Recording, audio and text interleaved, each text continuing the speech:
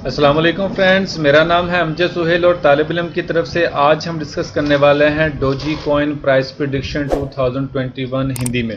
तो अभी देखा जाए तो जितनी भी क्रिप्टो करेंसीज हैं, जितनी भी करेंसीज अभी चल रही हैं, वो बहुत ज़्यादा नीचे की तरफ जा रही हैं और क्रैश कर रही हैं। तो इसके पीछे जो भी फंडामेंटल और टेक्निकल इश्यूज हैं वो हम डिस्कस करेंगे, लेकिन अभी के लिए हम डिस्कस करने वाले हैं डोजी कॉइन प्राइस प्रिडिक्शन 2021 में कि हम इस वक्त ये देखने की कोशिश करेंगे कि नेक्स्ट इसकी क्या पॉसिबल मूव है, क्योंकि अभी क्या ये मज़ीद फर्दर नीचे को जाएगा या कुछ और ऐसी मुमकिनात में शामिल है कि हम इसको बाय करके होल्ड करें या हमारी अभी इधर से सेलिंग बनती है। क्योंकि आज के दिन में और कल के दिन में इसने जो कुछ भी किया है वो भी हम अभी डिस्कस करेंगे और उसकी बेस पर हम एनालाइज करेंगे कि आया कि नेक्स्ट इसकी मूव क्या होगी। तो doji coin price prediction Hindi में अभी हम मजीद जाने से पहले अभी हम बेसिकली ये देखने की कोशिश करेंगे कि देखें इसका जो रैंक है वो पहले नंबर 4 पे था। It was the 4th largest coin अभी क्रिप्टो मार्केट में, लेकिन अभी इसका नंबर जो है वो नंबर 6 पे आ गया है। और ये जो रैंकिंग होती है ये आपके कैपिटल इन्वेस्टेड और वर्सेस जो आपकी सर्कुलेटिंग सप्लाई मार्केट में होती है उस पर डिपेंड करती है। अब देखें इसकी प्राइस जो है 0.3803 है और इसने 24 आवर्स में जो कुछ भी किया है वो हम बाकी बाइनेंस पे जाके देखेंगे, लेकिन अभी हम चलते हैं ट्रेडिंग व्यू के ऊपर और यहाँ पे जानने की कोशिश करते हैं कि नेक्स्ट इसकी मूव क्या होगी। देखिए ये मैंने अभी 2 सपोर्ट लेवल्स मैंने अपने हिसाब से पुट किए हुए थे और मार्केट ने एग्जैक्टली जो है वहाँ पर इसको प्ले किया, क्योंकि मेरे हिसाब से ये वीक जो है ये भी बड़ी वैलिड है, लेकिन इसमें बाइंग हुई थी। एक सपोर्ट एरिया ये बनता है और दूसरा सपोर्ट एरिया ये बनता था। So I have dry line here. उसके बाद अभी मार्केट ऊपर उठी और ऊपर उठने के बाद देखें एक जो था मैं इसको कंसीडर करूंगा कि ये हमारा एक सपोर्ट एरिया जो है ना ये बनता था और सपोर्ट एरिया जो कि इसने तोड़ दिया हुआ है।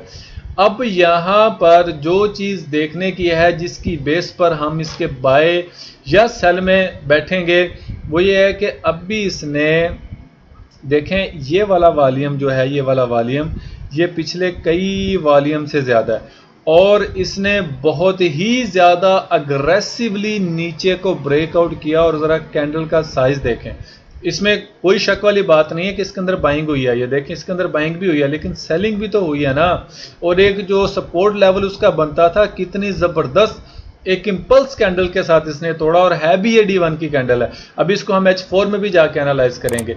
और अगर हम इसको यहाँ से इसकी ट्रेंड लाइन खींचे तो ये ट्रेंड लाइन हमें क्या बताती है, ये थोड़ा बड़ा हो गया, हम ट्रेंड लाइन ज़रा छोटी लगाने की, बल्कि ये हम लगाते ही नहीं है, हम इधर से ट्रेंड लाइन पकड़ते हैं ताकि फ्यूचर के लिए भी ये यहाँ पे लगी रहे।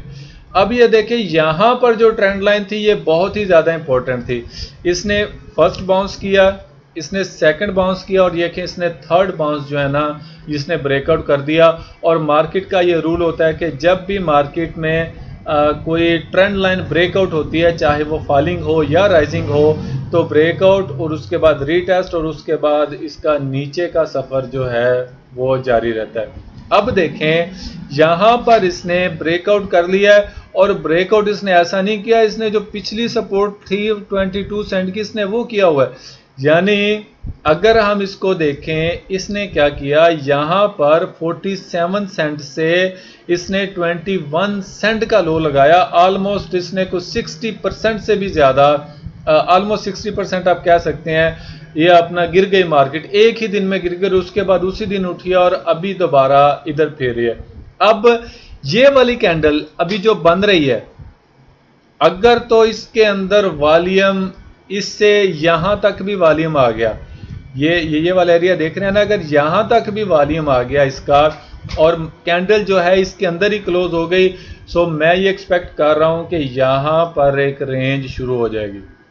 यहां पर एक रेंज शुरू हो जाएगी। पॉसिबल है कि इसको रीटेस्ट करने के लिए भी जाए इस ट्रेंड लाइन को, लेकिन उसके बाद इसने गिर जाना है। मेरे ख्याल से मुताबिक इसने गिर जाना है, क्योंकि इसके अंदर नो डाउट के बाइंग है। मैं ये नहीं कह रहा कि बाइंग नहीं है। देखिए यहाँ पर बाइंग है, यहाँ पर बाइंग है, यहाँ पर तो जो बाइंग हुई थी उसने तो अपना असर दिखा दिया, लेकिन देखिए ऊपर सेलिंग भी तो हुई है ना।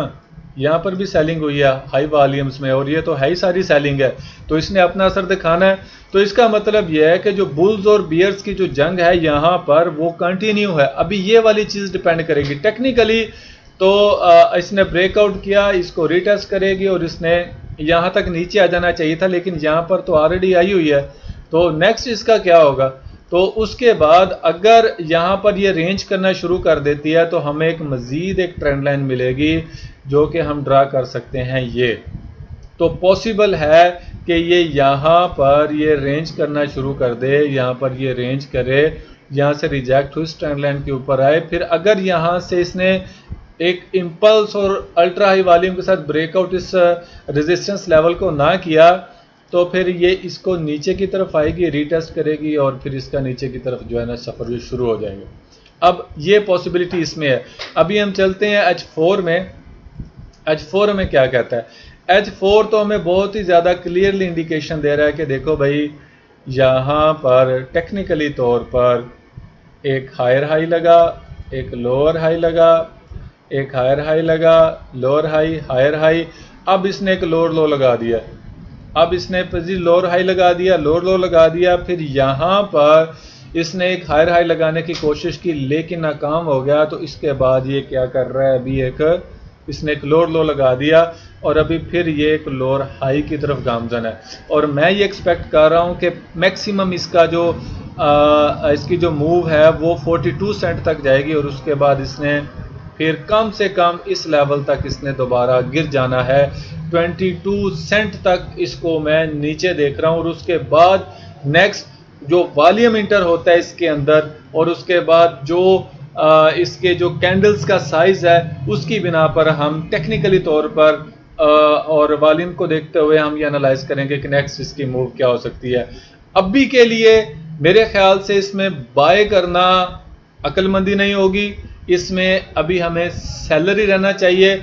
मार्केट एक बार ये 22 सेंट पर आ चुकी है, इसने दोबारा फिर इधर आना है, तो पॉसिबल है कि मार्केट का एक रूल ये भी होता है कि ये भी इसने ब्रेकआउट किया है और ये भी ऊपर जा रही है और फिर दोबारा यहाँ पर आकर एक डायगोनल बनाए, क्योंकि ये एरिया मेरे हिसाब से एक बहुत ही ज़्यादा स्ट्रॉन्ग एक एरिया है। मैं ये लगाना चाह रहा था, ये वाला एरिया एक स्ट्रॉन्ग सपोर्ट एरिया है। अगर मार्केट यहाँ से उठ जाती है सो वेल एंड गुड, जो कि इसे उठ जाना चाहिए, अगर नहीं तो फिर फर्दर हम देखेंगे कि क्या हो रहा है। और H4 के अंदर हमें एक चीज़ जो और मिल रही है वो हमें मिल रही है ट्रेंड लाइन, जो कि अभी हम यहाँ पे ड्रा करेंगे। तो देखें जब तक ये ट्रेंड लाइन ब्रेकआउट नहीं होती हम इसके सैलरी रहेंगे।